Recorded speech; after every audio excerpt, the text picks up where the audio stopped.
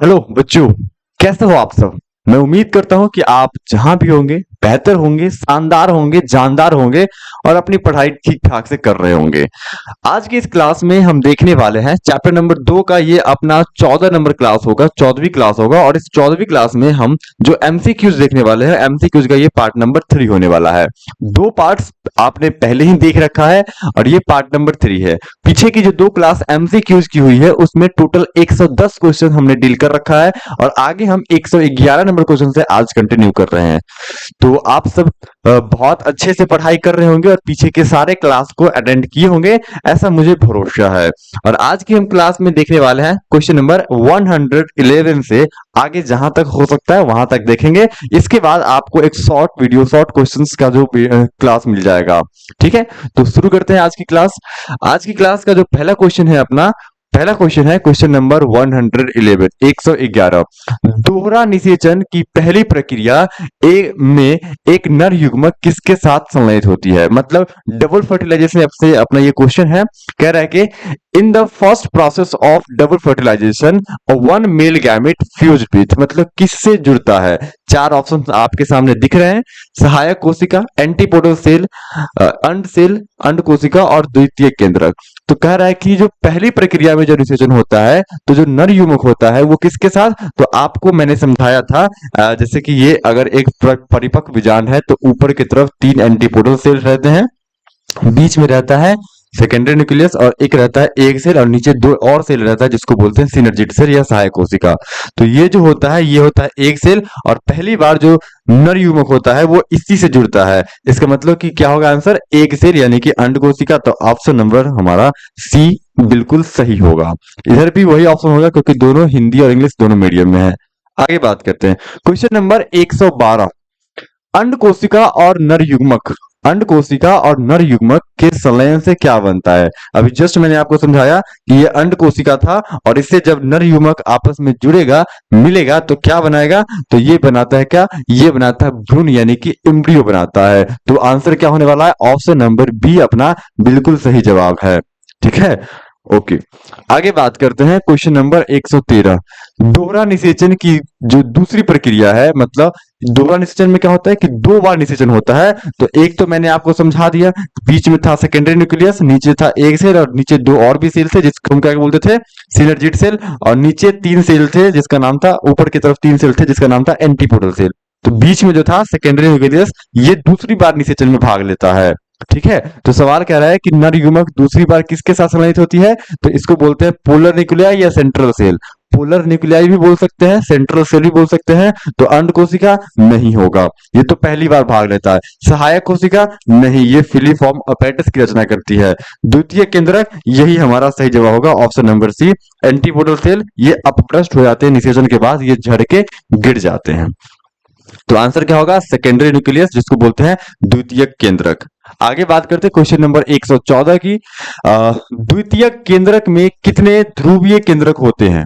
जितने भी द्वितीय केंद्रक होते हैं उसमें कितने ध्रुवीय केंद्रक होते हैं, 1 2 3 4। आपको जो इमेज अभी समझाया गया था इसमें सवाल कर रहा है कि इस जो द्वितीय केंद्रक होते हैं, इसी द्वितीय केंद्रक में कितने ध्रुवीय केंद्रक होते हैं। तो ध्रुव तो एक ही बनता है, तो answer is option number A अपना बिल्कुल सही होगा। ठीक है, आगे बात करते हैं क्वेश्चन नंबर 115, 115। द्वितीयक केंद्रक और नर युग्मक के संलयन से क्या बनता है। जो इमेज आपको समझाया गया था अभी जस्ट कि एक परिपक्व बीजांड में जो अपना द्वितीय केंद्रक होता है, इससे जब नर युग्मक मिल जाता है तो क्या बनता है, तो इससे बनता है क्या, भ्रूणपोष जिसको बोलते हैं इंडोस्पर्म। क्या बनता है, ये बन जाता है क्या, इंडोस्पर्म बन जाता है।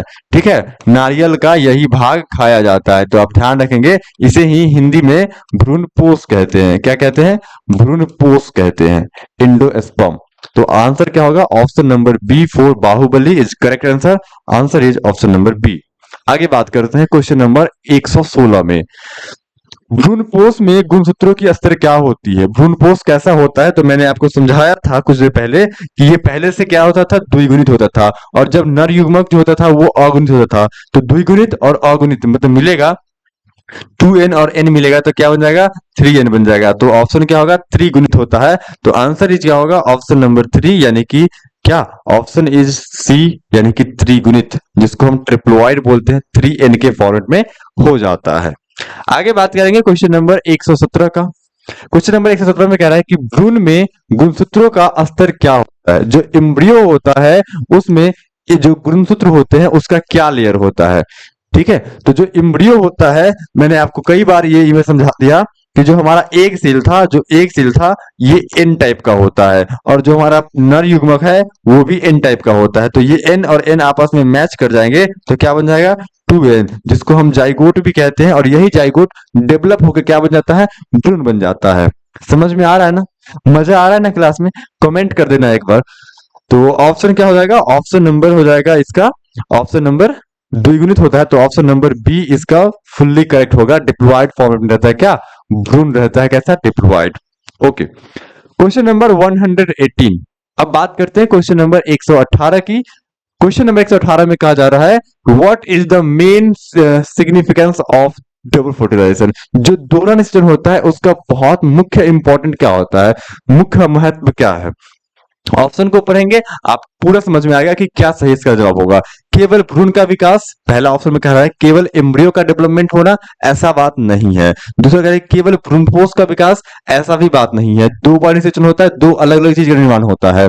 पहली बार जब निषेचन होता है तो भ्रूण बनता है, और दूसरी बार जब निषेचन होता है तब इंडोस्पर्म बनता है, जिसको भ्रूणपोष कहते हैं। तो दोनों बनना होता है, तो भ्रूण और भ्रूणपोष दोनों का विकास, यही हमारा बिल्कुल सही जवाब होगा। बाकी ऑप्शंस गलत हैं। तो आंसर क्या होगा, ऑप्शन नंबर सी, मतलब भ्रूण और भ्रूणपोष का विकास। आई होप कि आप ये बात समझ गए होंगे। आगे बात करते हैं क्वेश्चन नंबर 119 की। क्वेश्चन नंबर 119 आपको साफ साफ दिख रहा है, आंसर आप कमेंट करेंगे। भ्रूणपोष का मुख्य कार्य क्या है। जो इंडोस्पर्म था उसका मेन फंक्शन क्या होता है, मुख्य काम क्या होता है। आप ऑप्शन से भी कर सकते हैं अगर आपको नहीं पता होता तब, लेकिन इतना पता होता है कि भ्रूणपोष जो होता है वो विकास हो रहे भ्रूण को पोषण देने का काम करता है, क्योंकि भ्रूणपोष में सघन जीव द्रव्य भरा होता है। तो ऑप्शन, भ्रूण को सुरक्षा करना, नहीं, भ्रूण का सुरक्षा करना उसका काम नहीं है। भ्रूण का सुरक्षा करना उसका काम नहीं है। पराग नलिका के विकास में मदद करना, नो, पराग नलिका के विकास में मदद करता है कौन, वो पराग कण के अंदर जो होता है कायिक कोशिका, वो। विकासशील भ्रूण को पोषण प्रदान करना, बिल्कुल सही बात है। विकासशील भ्रूण मतलब जो भ्रूण विकसित हो रहा है उसको पोषण देना। और ऑप्शन डी में कह रहा है कि फल के निर्माण में सहायता करना, ऐसी कोई बात नहीं है। ठीक है, तो आंसर इज क्या होगा, option number T, C, to provide nutrition to the developing embryo. जो एम्ब्रियो डेवलप कर रहा होता है उसको न्यूट्रिशन प्रदान करना। आगे बात करेंगे क्वेश्चन नंबर 120 में, which of the following is not a part of embryo sac. मतलब इसमें से कौन सा ऐसा भाग है जो एम्ब्रियो सैक का पार्ट नहीं है। वही बात पूछा गया है कि निम्नलिखित में कौन भ्रूण कोश का भाग नहीं है। भ्रूण कोश का भाग नहीं है, देखिए, अंड कोशिका, एग सेल होता है, सहायक कोशिका भी होता है, पॉलन ग्रेन इसका भाग नहीं होता है। पॉलन ग्रेन लघु बीजाणुधानी का भाग होता है। तो answer is option number C, इसका पार्ट नहीं होगा। ठीक है, सही आंसर क्या होगा, पॉलन ग्रेन। क्लास बहुत ज्यादा लंबा ना हो इसलिए चीजें स्पीडली की जा रही है, क्योंकि मुझे इतना भरोसा है कि आप सारे विद्यार्थी हमारे सारे लेक्चर्स को अटेंड किए होंगे, तो ये सब क्वेश्चन देखते ही बनने वाला है, इसमें ज्यादा टाइम लगने वाला है ही नहीं, है ना। अगर अभी तक आपने कोई वीडियोस को मिस भी किया होगा तो शायद आपको दिक्कतें आ सकती है, इसलिए उन क्लासों को ध्यान से आप देखोगे। ठीक है, पहले इसको देख लेते हैं। क्वेश्चन नंबर 121 में कहा जा रहा है कि triple fusion is a part of which process. जो त्रिसंलयन होता है वो किस प्रक्रिया का हिस्सा होता है। त्रिसंलयन किस प्रक्रिया का हिस्सा है। चार ऑप्शन आपको दिख रहा है, परागन का हिस्सा है, निषेचन का हिस्सा है, दोहरा निषेचन का हिस्सा है, अंकुरन का होता है। तो ऑप्शन नंबर क्या होगा, पॉलिनेशन में ऐसी कोई प्रोसेस है नहीं, निषेचन में नहीं है। जब डबल फर्टिलाइजेशन होता है तो उसका पार्ट होता है option number B. Option number C हमारा बिल्कुल सही है, डबल फर्टिलाइजेशन। ट्रिपल फ्यूजन क्या होता है, तो जरा मैं आपको बता दूं कि ये जो अपना परिपक्व बीजाणु था इसमें जो द्विगुणित कोशिका था, मतलब जो डिप्लॉयड सेल था, वो डिप्लॉयड सेल इसमें कितना था, 2n था, मतलब द्वितीय केंद्रक था। और जब कोई परागकण यानी कि नर युग्मक जब आपस में मिलता है तो ये भी n है, तो 2n और n मिलेगा तो इन दोनों से क्या बनेगा, 3n टाइप का बनेगा सेल, जिसको हम एंडोस्पर्म कहते हैं। तो इसी को बोलते हैं ट्रिपल फ्यूजन, मतलब त्रिसंलयन। तो ये किसका भाग है, दोहरा निषेचन का, मतलब डबल फर्टिलाइजेशन का ही पार्ट होता है। ओके, आई होप कि आपको ये बात बिल्कुल समझ में आ गया होगा। आगे बात करते हैं क्वेश्चन नंबर 122 की। क्वेश्चन नंबर 122 में कहा जा रहा है कि भ्रूण कोश में केंद्रीय कोशिका जो सेंट्रल सेल होता है वो निषेचन से पहले कैसी होती है। निषेचन से पहले तो वो डिप्लॉयड होता है, अभी जस्ट मैंने आपको समझाया निषेचन जब नहीं हुआ था तो वो डिप्लॉयड था। तो आंसर इज क्या, answer is option number B, निषेचन से पहले क्या होता है, द्विगुणित होती है। क्वेश्चन डिफिकल्ट नहीं है, बस आपको कॉन्सेप्ट पता होना चाहिए कि क्या कॉन्सेप्ट है। आगे बात करते हैं क्वेश्चन नंबर 123 की। क्वेश्चन नंबर 123 में कहा जा रहा है कि double fertilisation ensure that the endosperm develop when. करे कि दोहरा निषेचन क्या सुनिश्चित करता है कि जो भ्रूण कोश विकसित कब होता है, जब केवल परागकण सफल हो, केवल निषेचन सफल हो। तो भ्रूण कोश की बात कर रहा है, किसकी बात कर रहा है, भ्रूण कोश मतलब एंडोस्पर्म भ्रूण कोश जिसको कहते हैं। अंड कोशिका निषेचित हो जाए या अंड कोशिका और द्वितीय केंद्रक दोनों निषेचित हो जाए। तो हमें क्या बताना है, हमको बताना है कि भ्रूण कोश जब कब विकसित होता है, तो जब अंड कोशिका और द्वितीय केंद्रक दोनों फर्टिलाइज हो जाता है, तब तब जाके क्या होता है, भ्रूण कोश विकसित होता है। क्यों, क्योंकि फर्स्ट स्टेज में जब 2 बार निषेचन होता है तो उन 2 निषेचन में पहली बार तो एक सेल ही क्या करती है, निषेचित होती है, उसके बाद ये सेकेंडरी पोलर न्यूक्लियाई जो होता है वो निषेचित होता है। तो answer is option number D is fully correct. आगे बात करते हैं क्वेश्चन नंबर 124 की। जो आवृत्ति बीजी पौधे होते हैं उसमें दोहरा निषेचन का अंतिम परिणाम क्या होता है।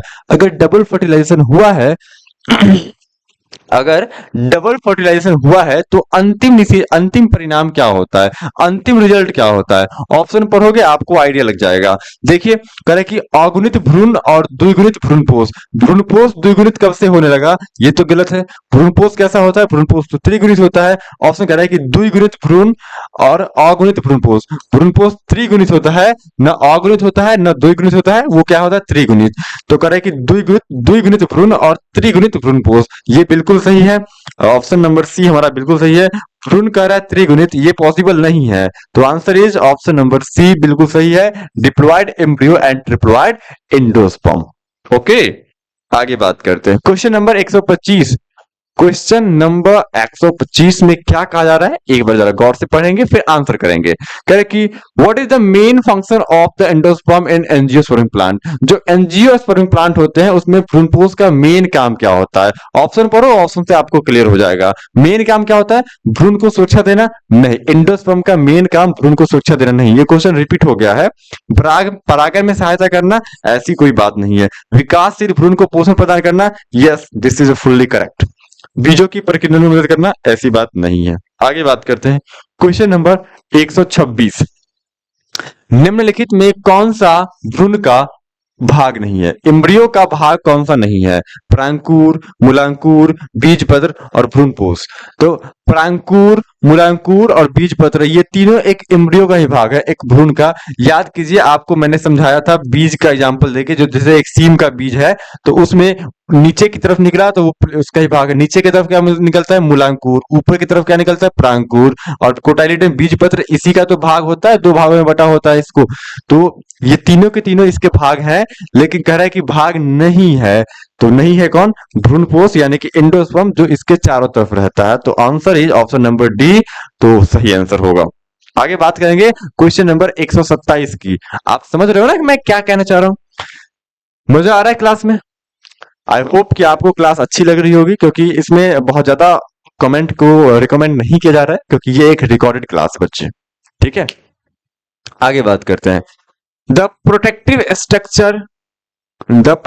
Structure covering the tip of the root is called. कहने का मतलब कि जो जड़ होता है उस जड़ के शीर्ष को ढकने वाली सुरक्षात्मक संरचना क्या कहलाती है। जड़ का जो शीर्ष होता है उसको कवर करने वाला जो स्ट्रक्चर होता है उसको याद है, उसको हम रूट कैप कहते हैं। क्या कहते हैं, root cap. Option number root cap कहां है, root cap option number C में है, यानी कि हिंदी में उसे मूल गोप कहते हैं। हिंदी का नाम थोड़ा सा अलग है, मैंने आपको इमेज के जरिए समझाया था, सबसे लास्ट वाले क्लास से एक क्लास पहले मैंने आपको समझाया था। आगे बात करते हैं क्वेश्चन नंबर 128, 128वां नंबर क्वेश्चन है, what is the main function of coleorhiza. जो कोलोराइजा होता है जिसको हम मूलांकुर चूल कहते हैं, उसका मुख्य काम क्या होता है? याद है, अब मैंने आपको इमेज के जरिए समझाया था कि जो जड़ निकलता है नीचे उसको हम मूलांकुर कहते हैं पहले शुरुआती अवस्था में, और मूलांकुर के चारों तरफ जो कवर होता है उसको बोलते हैं मूलांकुर चूल, और वो क्या करता है? प्रोटेक्शन देता है। तो देखिए ऑप्शन, परांकुर को मिट्टी से, परांकुर की तो कोई बात ही नहीं है क्योंकि मूलांकुर की चर्चा कर रहा है। मूलांकुर को मिट्टी के रगड़न से बचाना, हाँ ये बिल्कुल सही है। आगे, भ्रूणपोष को घेरना, भ्रूणपोष को क्यों घेरेगा भाई? बीज पत्रों की सुरक्षा प्रदान करना, बीज पत्र को क्यों सुरक्षा करेगा? तो मूलांकुर चूल का काम होता है मूलांकुर को मिट्टी के रगड़ से बचाना। आपको याद है ना मूलांकुर चूल? जैसे कि ये हमारा कपड़ा है, ये हमारे बॉडी का एक चूल हुआ, चूला हुआ, कहने का मतलब कि कवर है हमारे बॉडी के ऊपर जो हमारे बॉडी को सुरक्षा दे रहा है। पहने हुए हम हैं तो सुरक्षा हमें दे रहा है, आप पहनोगे तो आपको सुरक्षा देगा। तो वही कह रहा है कि मूलांकुर चूल का काम मूलांकुर को मिट्टी के रगड़न से बचाना होता है। आगे बात करते हैं, क्वेश्चन नंबर 129। कोलियोप्टाइल जो होता है इज मेनली फाउंड इन, जो कोलियोप्टाइल होता है जिसको हम क्या बोलते हैं, जिसको परांकुर चूल कहते हैं, उसका क्या कहाँ पाया जाता है मुख्यतः? तो ऑप्शन देखिए, परांकुर चूल मुख्य रूप से किस में पाया जाता है? द्विबीजपत्री में, एक बीजपत्री में, आवृतबीजी पौधों में, शैवाल में। तो एक बीजपत्री, द्विबीजपत्री यानी वो जितने भी एंजियोस्पर्म प्लांट होते हैं उन सब में ये कोलियोप्टाइल पाया जाता है। तो answer is option number, sorry अनावृतबीजी है, गलत,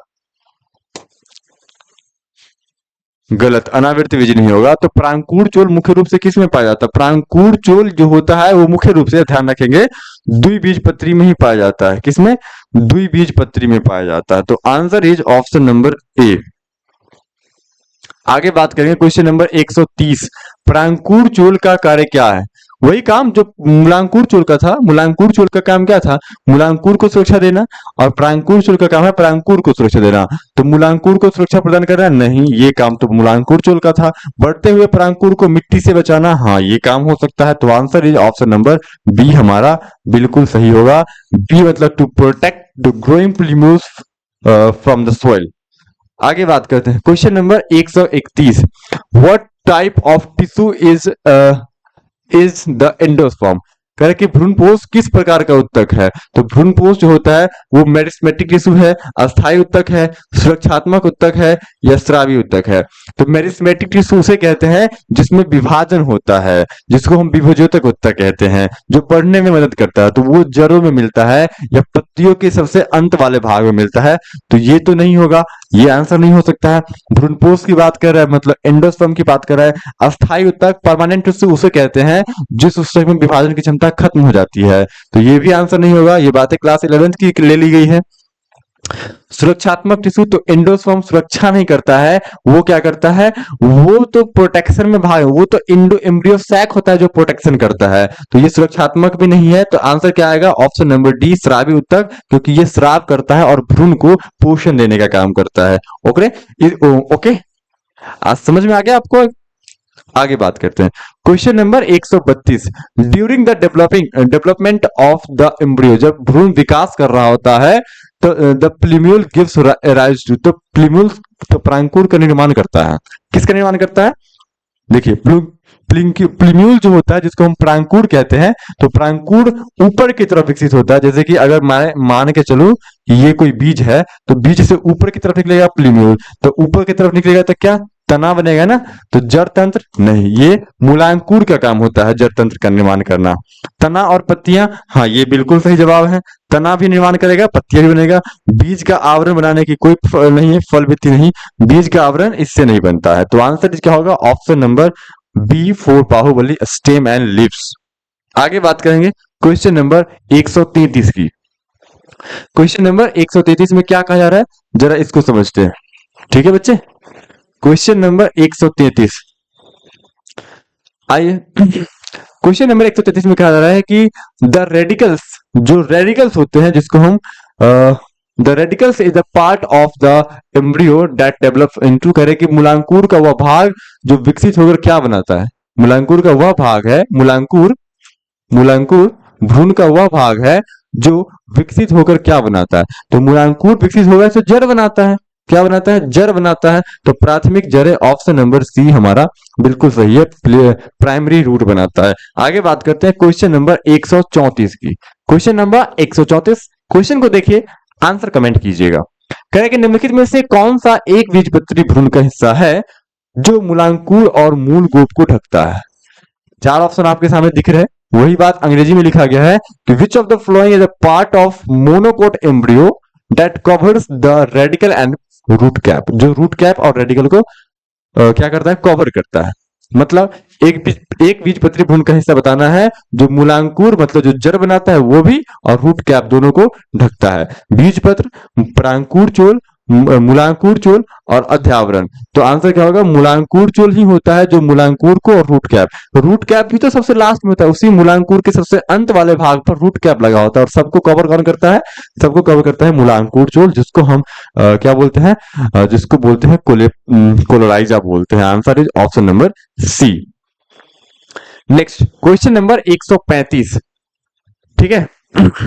the outermost protective covering of the seed called, seed जो होता है यानी कि बीज जो होता है उसकी सबसे बाहरी जो सुरक्षात्मक परत होता है क्या होता है? याद कीजिए, मैंने आपको बताया था कि जो बीज होती है उस बीज के दो लेयर होते हैं, एक अंदर की तरफ लेयर होता है और एक बाहर की तरफ लेयर होता है। जो लेयर बाहर की तरफ होता है उसको हम टिस्टा कहते हैं, इसको क्या बोलते थे, टिस्टा, और इसको क्या बोलते थे, टेगुमेन कहते थे। तो क्या होगा, आंसर इज टेस्टा और टेगुमेन। ऑप्शन नहीं दिख रहा है तो सवाल को फिर से पढ़िए, इस बीज का सबसे बाहरी सुरक्षात्मक आवरण क्या कहलाता है? अच्छा, बीज के बाहर ये जो दोनों पार्ट होता है वो बीजावरण का पार्ट है, बीज के बाहर ही रहता है। तो अगर ये सीड है तो सीड के बाहर ये दोनों लेयर रहता है, इसको बोलते हैं सीड कोट यानी कि बीज आवरण। तो answer is option number C हमारा बिल्कुल सही है, बीज आवरण जिसको हम सीड कोट कहते हैं। और सीड कोट में दो लेयर होता है, बाहर की तरफ टेस्टा और अंदर की तरफ टेगुमेन। तो वो सब बीज के ही तो पार्ट्स में, बीज के ही आउटर लेयर होंगे ना। तो answer is option number C यानी कि सीड कोट। आगे बात करेंगे क्वेश्चन नंबर 136 का। यहाँ पे इंग्लिश नहीं अट रहा था, मतलब एडजस्ट नहीं हो रहा था, तो अगली वाली स्लाइड में इंग्लिश को रखा गया है। कह रहे कि बीज आवरण का मुख्य कार्य क्या है? जो सीड कोट होता है, बीज के चारों तरफ जो कवर लगा होता है, उसका मेन काम क्या है? भ्रूण को पोषण प्रदान करना, दूसरा है भ्रूण को यांत्रिक क्षति और प्रतिकूल परिस्थिति से बचाना, तीसरा है बीजों के प्रकीर्णन में सहायता करना, और जल के अवशोषण को बढ़ाना। नहीं, वो जल के अवशोषण को कम ही करता है। भ्रूण को पोषण तो भ्रूणपोष करता है। भ्रूण को यांत्रिक क्षति मतलब कोई खुरुच न दे उसको, तो खुरचन से बचाना, और साथ में ही प्रतिकूल परिस्थितियों जैसे कि तापमान बढ़ रहा है तो वैसी अवस्था में उसको डोरमेंसी फेज में रखता है, प्रसुप्ति की अवस्था में रहता है। याद कीजिए, आपको बताया गया था। तो answer is option number B. Next question है क्वेश्चन नंबर 136। आपको बता दिया कि आंसर क्या होगा, to protect embryo from the mechanical damage and unfavourable condition. Option is option number B. 137 number question कहा जा रहा है कि द्विबीजपत्री बीजों में, द्विबीजपत्री जो बीज होते हैं मतलब डाइकोटाइल बोलते हैं, उसमें बीज आवरण जो होते हैं कि कितनी परतें होती है? जस्ट बताया, उसमें दो परत होती है, टिस्टा और टेगुमेन। 138 नंबर क्वेश्चन कह रहा है कि what is the outer thick layer of the seed coat is called. Outer layer जो बाहरी लेयर होता है उसको टिस्टा कहते हैं, हिंदी में बाह्य चोल, अंग्रेजी में उसे टिस्टा कहते हैं। तो इन बातों को आप ध्यान रखेंगे, बाहरी लेयर को टिस्टा और अंदर वाली लेयर को क्या बोलते हैं, अंदर वाले लेयर को टेगुमेन कहते हैं। क्या बोलते हैं, टेगुमेन, यानी कि ऑप्शन नंबर ए होता। अगर आंतरिक लेयर पूछता तब हो सकता है कि अगला क्वेश्चन वही हो। निम्नलिखित में से कौन सा बीज आवरण का हिस्सा नहीं है? अच्छा, बीज आवरण का हिस्सा कौन सा नहीं है, ठीक है। आगे बात करते हैं। टिस्टा बीज आवरण का हिस्सा होता है, टेगुमेन बीज आवरण का हिस्सा होता है, हीलम भी बीज आवरण का हिस्सा होता है। हीलम समझ रहे हैं आप, चना देखे होंगे। अगर बात करें तो चना के, गौर से देखिए, जहां पे चना टेढ़ा रहता है वहां पे एक छोटा सा छिद्र होता है, उसी छिद्र को हीलम कहा जाता है, ठीक है। तो ये सब बीज आवरण का ही भाग है, तो ये जो है वो बीज आवरण का भाग नहीं है। तो answer is option number D 4। आपकी दादागिरी नहीं चलेगी। भ्रूण जो होता है वो सीड कोट का हिस्सा भाग नहीं है, वो सीड का भाग होता है। आगे बात करेंगे क्वेश्चन नंबर 140 का। क्वेश्चन नंबर 140 में कहा जा रहा है, गौर से इसे पढ़िए फिर आपको समझ में आएगा कि क्वेश्चन में क्या कहा जा रहा है। क्वेश्चन कह रहा है कि एक परिपक्व बीज में मुख्य रूप से क्या होता है? एक जो मेच्योर बीज होता है उसमें मुख्य रूप से क्या होता है? केवल भ्रूणपोष, केवल भ्रूण और भ्रूणपोष, केवल बीज आवरण। तो एक जो परिपक्व बीज होता है उसमें मुख्य रूप से भ्रूण भी होता है और भ्रूणपोष भी होता है, या अनुपस्थित कह रहा है, ऐसा नहीं होगा, ठीक है। तो एक परिपक्व बीज में भ्रूण और भ्रूणपोष दोनों होता है, ठीक है। भ्रूण और भ्रूणपोष दोनों होगा, तो answer is option number D, C. ठीक है, यहाँ पे इसको होगा कट करना बच्चे, आप ध्यान रखना, इसको करना होगा कट। कट मतलब ये यहाँ पे नहीं होना चाहिए। ठीक है, यहाँ भी ये नहीं होना चाहिए, भ्रूण और भ्रूणपोष दोनों रहता है। तो सही आंसर क्या होगा? ऑप्शन नंबर बी, सी। ऑप्शन नंबर सी हमारा बिल्कुल सही होगा। आगे बात करते हैं क्वेश्चन नंबर 141 की बात करते हैं। विच of the following factors is non essential for seed germination, मतलब इनमें से कौन सा ऐसा फैक्टर है जो एक बीज को अंकुरित होने के लिए जरूरत नहीं है, आवश्यक नहीं है। पानी चाहिए अंकुरित होने के लिए, हाँ चाहिए। उचित तापमान, तापमान भी चाहिए। ऑक्सीजन भी चाहिए, प्रकाश भी चाहिए। ऑक्सीजन की आवश्यकता नहीं होती है। Answer is option number C हमारा बिल्कुल सही है। एक बीज के अंकुरण के लिए ऑक्सीजन की कोई आवश्यकता नहीं होती है। ठीक है, क्योंकि वो मिट्टी के अंदर रहता है, वहां पे ऑक्सीजन उसके अंदर जरूरत नहीं है। पानी, तापमान और प्रकाश चाहिए, तो answer is option number C हमारा बिल्कुल सही है। ऑक्सीजन की रिक्वायरमेंट उसे नहीं होती है। आगे बात करते हैं, निम्नलिखित में से कौन सा बीज का भाग भविष्य में के प्ररोह का निर्माण करता है? प्ररोह मतलब तना का निर्माण करता है। तो रेडिकल जो होता है, तो रेडिकल क्या होता है? ये जड़ का निर्माण करता है। जड़ मतलब इसी को ही हम मूल कहते हैं। जड़ कहो या मूल कहो, तो ये अपना आंसर हो नहीं रहा। प्लीम्यूल जो होता है यही तना का निर्माण करता है। तना कहो या प्ररोह कहो, दोनों सेम बात होता है, या प्लीम्यूल कहो। Answer is option number B होगा सही ऑप्शन, फ्रांकुर। आगे बात करते हैं क्वेश्चन नंबर 143 में। भोजन का जो भंडारण होता है वो मुख्य रूप से बीज के किस भाग में होता है? जो फूड कलेक्ट रहता है, जो फूड स्टोर रहता है, वो बीज का जो भाग होता है उसका नाम होता है कोटिलीडन, जिसको बीज पत्र कहते हैं। तो बीजावरण में नहीं, ये तो प्रोटेक्शन करता है। मूलांकुर ये जड़ बनाता है, प्रांकुर ये तना बनाता है। तो बीज पत्र या भ्रूणपोष, तो answer is option number D हमारा सही है। ओके, आगे बात करेंगे क्वेश्चन नंबर 144 का। क्वेश्चन नंबर 144 में कहा जा रहा है कि अमेच्योर ओवरी, एक परिपक्व जो अंडाशय होता है उसको क्या कहते हैं? तो जब अंडाशय परिपक्व हो जाता है तो उसको फल कहते हैं, फ्रूट कहते हैं। तो answer is option number B, यानी कि B option is fully correct. एक परिपक्व अंडाशय क्या कहलाता है? फल कहलाता है। याद कीजिए, आपको पढ़ाया गया था कि फल किसे कहते हैं? तो पके हुए अंडाशय को, पके हुए ओवरी को फल कहते हैं। तो answer is option number B. Okay, कोई दिक्कत नहीं। आगे बात करते हैं क्वेश्चन नंबर 145 की। The wall of the fruit is called, जो फल भित्ति, फल की जो भित्ति होती है वो क्या कहलाती है? तो फल की जो भित्ति होती है वो फल भित्ति कहलाती है। फ्रूट का जो दीवार होता है उसको पेरिकार्प कहते हैं। तो answer is option number B. ठीक है, आगे क्वेश्चन नंबर 146। ट्रू फ्रूट, जिसको सत्य फल कहते हैं, डेवलप फ्रॉम, वो किससे डेवलप होता है? तो सत्य फल जो होता है वो किससे डेवलप होता है? तो आपको पढ़ाया था गया था कि जिस फल का जो निर्माण होता है, विकास होता है, अगर वो अंडाशय से होता है, ओवरी से होता है, इसका मतलब कि वो सत्य फल है। अगर अंडाशय से नहीं हुआ है तो क्या होगा? असत्य फल हो जाएगा। तो केवल पुष्पासन से नहीं, केवल बाह्य दल पुंज से नहीं, केवल अंडाशय से yes. Answer is option number C. ठीक है, आगे बात करते हैं 147। निम्नलिखित में से कौन सा एक सरल फल का उदाहरण है? एक सिंपल फ्रूट जो होता है, तो ध्यान रखिएगा इस क्वेश्चन का जवाब, आम को सबसे सरल फल कहा गया है, सबसे सिंपल फ्रूट कहा गया है। किसको? आम को। तो आम इज सबसे सिंपल फ्रूट। आगे बात करते हैं क्वेश्चन नंबर 148 की। क्वेश्चन नंबर 148 में कहा जा रहा है कि पुंज फल किस प्रकार के अंडाशय से विकसित होते हैं? जो पुंज फल होते हैं, जिसे हम क्या बोलते हैं? एग्रीगेट फ्रूट कहते हैं, वो किस प्रकार के अंडाशय से डेवलप होते हैं? तो वो ध्यान रखेंगे, वो बहुअंडपी होते हैं और साथ में युक्तांडपी भी होते हैं। युक्तांडपी में क्या होता है कि कार्पल्स जो होते हैं वो आपस में जुड़े होते हैं, कार्पल जो होते हैं वो आपस में अटैच रहते हैं, जुड़े हुए होते हैं। उसी से एग्रीगेट फ्रूट का एग्जाम्पल मतलब वो बनता है। एग्रीगेट फल का एग्जाम्पल जैसे स्ट्रॉबेरी हो सकता है। इसके अलावा और भी बहुत सारे एग्जाम्पल हैं, तो वो जिसमें रस होता है कस के, वो भरा होता है। ठीक है बच्चे, आई होप कि आपको यहां तक समझ में आ गया होगा। अब बात करते हैं 148 के बाद 149 की। क्वेश्चन नंबर 149 में कहा जा रहा है कि निम्नलिखित में से कौन एक पुंज फल का उदाहरण है? पुंज फल का उदाहरण है, तो अभी जस्ट बताया आपको कि आंसर क्या आएगा? स्ट्रॉबेरी आएगा। ओके, नेक्स्ट 150 नंबर क्वेश्चन है कि सत्य ग्रंथि फल मतलब सत्य फल की तुलना की जा रही है, बात की जा रही है। सत्य फल किससे विकसित होता है? तो आपको पता है कि वो अंडाशय से विकसित होता है।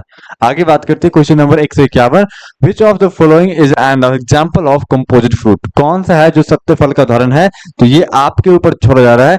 सत्य फल का उदाहरण आपको पढ़ाया गया था, सत्य फल और सत्य फल, तो इसका एग्जाम्पल आप खुद से कमेंट करेंगे कि क्या इसका आंसर होगा। ओके बच्चे, आंसर कमेंट कीजिएगा जरूर।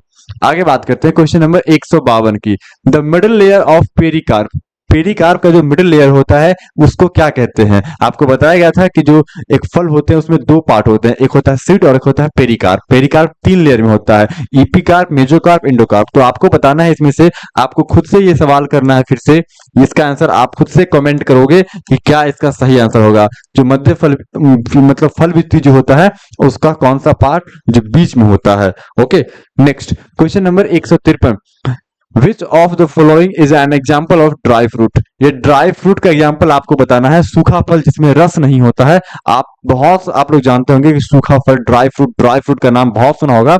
इसमें से एग्जाम्पल आपको बताना है, तो ये भी आपको खुद से करना है। कमेंट कीजिएगा इसको भी कि क्या इसका सही आंसर होगा। ओके बच्चे, आगे बात करते हैं क्वेश्चन नंबर 154। क्वेश्चन नंबर 154 क्या है कि true fruit mainly develop from which part of plant? Plant के जो किस भाग से सत्य फल का विकास होता है? तो जो सत्य फल होते हैं उसका विकास जो होता है वो फूल के फल के मतलब पौधे के किस भाग से होता है? तो वो आप सबको पता है कि वो किससे होता है, अंडाशय से होता है। तो answer is option number C. Next question number 155, निम्नलिखित में से कौन सा एक सत्य फल का उदाहरण है? कौन सा एक सत्य फल है? ये सवाल रिपीट हो गया है, अभी जस्ट कुछ देर पहले आया था। आप खुद से इसका जवाब दोगे कि कौन इसमें से सत्य फल है। आगे क्वेश्चन नंबर 156, असत्य फल के विकास में अंडाशय के अतिरिक्त पौधे के कौन सा भाग मुख्य रूप से निभाता है? मतलब जो असत्य फल होता है जिसको हम फॉल्स फ्रूट या मिथ्या फल भी कहते हैं, आभासी फल भी कहते हैं या कूट फल भी कहते हैं, तो उसके विकास में पौधे के कौन से भाग अंडाशय के अलावा पार्टिसिपेट करते हैं? तो अंडाशय के अलावा कौन सा? पुष्पासन। जड़ से थोड़ी फल बनता है, पत्ती से थोड़ी फल बनता है, बीज से थोड़ी फल बनता है, पुष्पासन होगा। आंसर होगा ऑप्शन नंबर सी। आगे बात करते हैं क्वेश्चन नंबर 157 की, which of the following is an example of false fruit? इसमें से कौन सा फॉल्स फ्रूट है, मतलब जिसका निर्माण अंडाशय से नहीं होता है? इसका भी आंसर आप खुद से कमेंट करोगे, सेल्फ करोगे। ओके बच्चे, आसान से सवाल है, आप जवाब दे सकते हो, इतना मुझे भरोसा है आप पर। आप जवाब दे सकते हो ना? जवाब दे सकते हो ना? तो आंसर कमेंट करो, रुको नहीं। आगे बात करते हैं क्वेश्चन नंबर 158, असत्य फलों के विकास किस कारण से होता है? किस कारण से असत्य फल का डेवलपमेंट होता है? आंसर पढ़ के आप आंसर मतलब ऑप्शन पढ़ के आप आंसर लगा सकते हैं।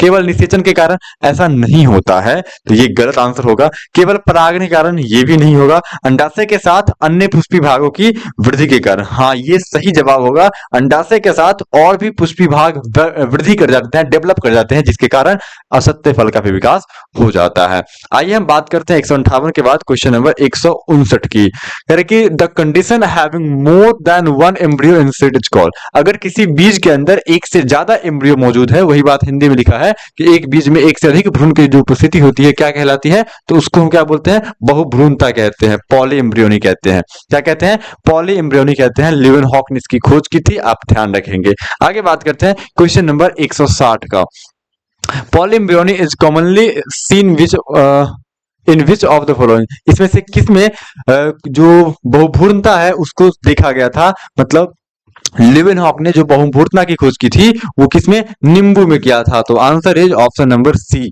160 अपना कंप्लीट हो गया। आगे कुछ और क्वेश्चन बाकी है, उसको भी फटाफट देख लेते हैं।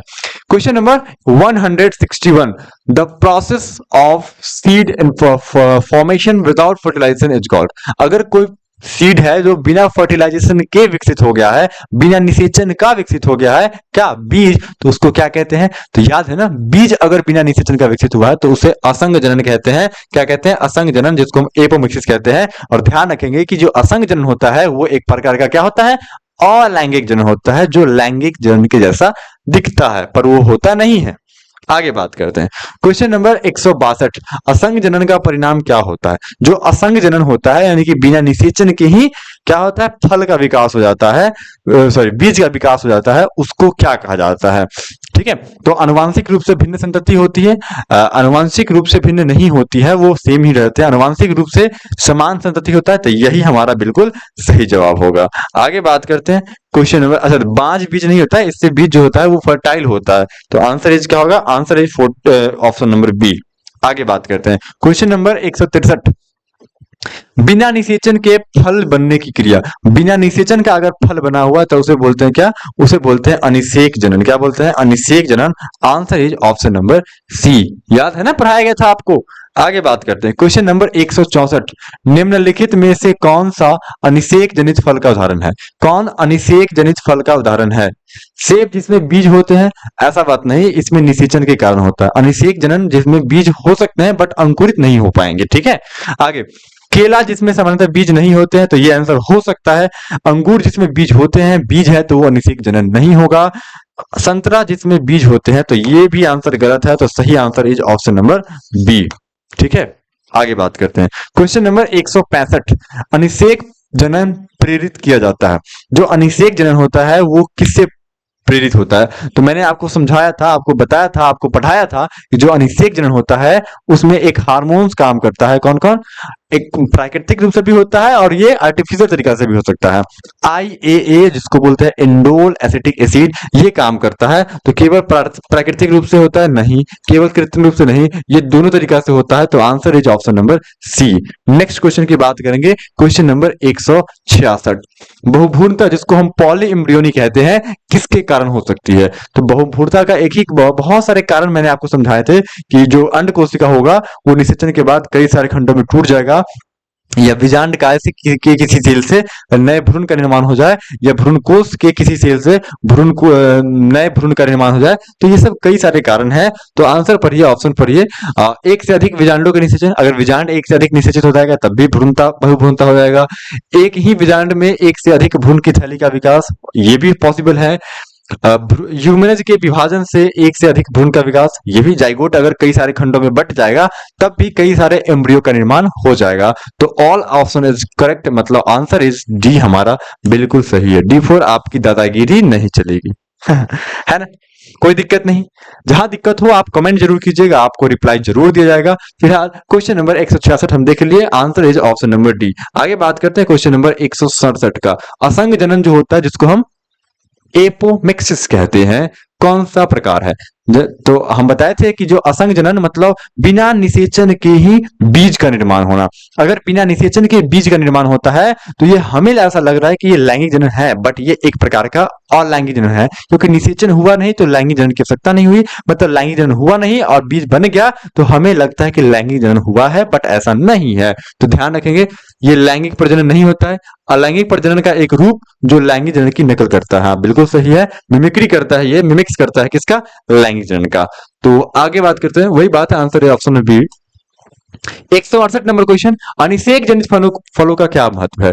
जो अनिषेक जनित फल है उसका क्या महत्व है? आइए ऑप्शन को पढ़ते हैं। वे अधिक स्वादिष्ट होते हैं? नहीं जी, ऐसा नहीं है। सेब भी स्वादिष्ट होता है। वे बीज रहित होते हैं, ये बात सही है कि उसमें बीज रहित होता है, जो खाने में सुविधाजनक होते हैं, चल सकता है बात। उनका सेल्फ जीवन लंबा होता है, ऐसी कोई बात नहीं है। वे अधिक पोषक होते हैं, तो ये आंसर बिल्कुल सही लग रहा है, वे अधिक पोषक होते हैं। ठीक है, आंसर बी भी सही लग रहा है, बट सही आंसर ऑप्शन नंबर डी भी होगा। ठीक है, आगे बात करते हैं question number 168, what is the significance of parthenocarpic fruit? वही सेम क्वेश्चन है। आगे बात करते हैं क्वेश्चन नंबर 169, सेब का खाने योग्य भाग क्या है? जो सेब का खाने वाला भाग होता है वो पुष्पासन होता है, कई बार आपको बताया गया है। आगे बात करते हैं, आम का जो खाने वाला भाग होता है वो मेजोकार्प होता है, मतलब मध्य फल भित्ति होता है। सिंपल क्वेश्चन है, इसलिए स्पीडली किया जा रहा है, कोई दिक्कत नहीं है। स्पीड सही है ना? अगर आपको दिक्कत लगता है तो आप बताएंगे। आगे बात करते हैं question number 171, the edible part of coconut. Coconut का जो खाने वाला भाग होता है, कई बार आपको बताया था कि नारियल का खाने वाला भाग भ्रूणपोष होता है, जो त्रिगुणित होता है। तो answer is option number C is हमारा फुल्ली करेक्ट आंसर। इंडोस्पर्म कैसा होता है? ये ट्रिप्लोइड होता है, त्रिगुणित होता है। ऐसे कई सारे सवाल हमने किए हैं। आगे बात करते हैं question number 172, which part of tomato is eaten? टमाटर का कौन सा भाग खाया जाता है? तो टमाटर का हम सारा भाग खाते हैं, उसका पेरिकार्प भी खाते हैं, उसका सीड भी खा लेते हैं। तो फल भित्ति एंड पेरिकार्प ये हमारा बिल्कुल सही होगा। इसमें सीड कह रहा है, ऐसा पॉसिबल नहीं है, खाली सीड थोड़ी खाते हैं, उसका मेसोकार्प भी खाते हैं, एंडोकार्प भी खाते हैं, एक्सोकार्प भी खाते हैं।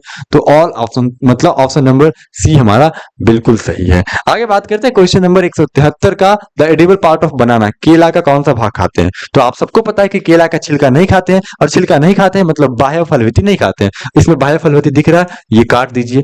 मध्य फलविति और अंतर फलविति, मेसोकार्प और एंडोकार्प बिल्कुल खाते हैं। केवल अंतर फलविति ऐसा नहीं है, मेसोकार्प भी खाते हैं, उसका मांसल भाग भी खाते हैं। केवल बीज खाते हैं ऐसा नहीं, तो answer is option number B. Okay, next question number 174। The edible part of pineapple, pineapple मतलब जिसको अनानास कहते हैं, इसका कौन सा भाग खाया जाता है? तो इसका छिलका तो नहीं खाते हैं, छिलका नहीं खाते हैं मतलब गलत बात है। ठीक है, आगे बात करते हैं। केवल फल भित्ति खाते हैं, केवल फल भित्ति, केवल बीज, इसमें बीज होता ही नहीं है, केवल फल भित्ति नहीं खाते हैं। तो मांसल पुष्पक्रम और केवल केवल पुष्पासन, तो इसका जो होता है ना, हम केवल पुष्पासन मांसल पुष्पासन खाते हैं मतलब फ्लेसी पुष्पक्रम खाते हैं, इसका एनफ्लोरेसेंस कहते हैं। ऑप्शन नंबर बी, या फ्लेसी एरिल कह सकते हो आप, फ्लेसी एरिल। ठीक है, आगे बात करते हैं। Question number 175। तरबूज का खाने योग्य भाग कौन है? तो तरबूज को जो खाते हैं वो छिलका नहीं खाते हैं, और छिलका नहीं खाते मतलब बाह्य फलविति नहीं खाते हैं, क्योंकि बाह्य फलविति मतलब छिलका।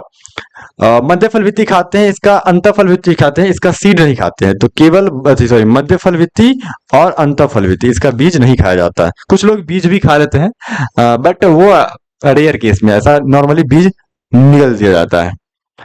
Question number 176।